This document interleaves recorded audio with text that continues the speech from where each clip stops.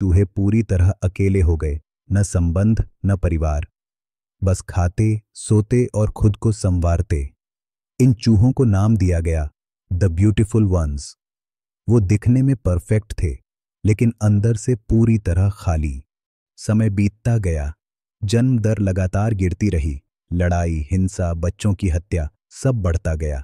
कई चूहे अपने ही बच्चों को मार देते, कुछ नर चूहे बिल्कुल कमजोर हो गए, कई मादा चूहे हिंसक हो गईं, और फिर वह हुआ जिसकी किसी ने उम्मीद नहीं की थी। एक ऐसी दुनिया जहां हर चीज मौजूद थी, खाना, पानी, सुरक्षा, वह दुनिया खुद अपने बोझ से मर गई। आखिरी चूहा सिर्फ 2 साल बाद पैदा हुआ, और फिर मौत के सिवा कुछ नहीं बचा। आप सोच रहे होंगे, ये सब चूहों के साथ हुआ। हम इंसान हैं, हमारे पास दिमाग है, लेकिन क्या हम भी उसी रास्ते पर नहीं जा रहे? सोचिए, आज इंसान के पास सब है, सुविधा, टेक्नोलॉजी, सुरक्षा, फिर भी डिप्रेशन बढ़ रहा है, तलाक बढ़ रहे हैं, लोग अकेले हो रहे हैं, सोशल मीडिया की दुनिया में बंद होकर जी रहे हैं। हम मकसद से दूर होते जा रहे हैं, हमारी जिंदगी से जंग खत्म हो गई है। क्या ये आधुनिक माउस यूटोपिया नहीं है? जब आप इस एक्सपेरिमेंट को सुनते हैं तो ये बस एक साइंस स्टोरी लगती है, लेकिन अगर आप ध्यान से देखें, हम खुद इसी रास्ते पर चल रहे हैं। आज हमारी दुनिया कैसी है?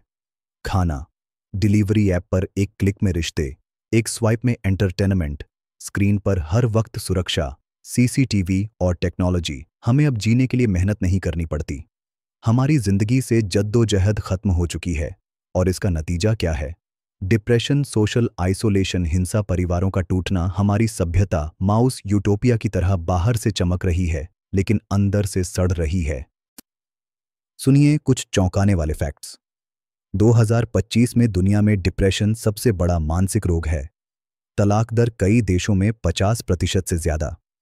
जापान में हिकिकोमोरी, यानी लोग सालों तक घर से बाहर नहीं निकलते। अमेरिका में 40% लोग खुद को अकेला मानते हैं। ये सब क्या दिखाता है? जब मकसद खत्म हो जाए तो समाज भी खत्म हो जाता है।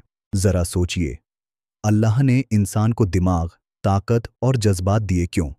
क्योंकि इंसान को सिर्फ जीना नहीं, बल्कि एक मकसद के साथ जीना है।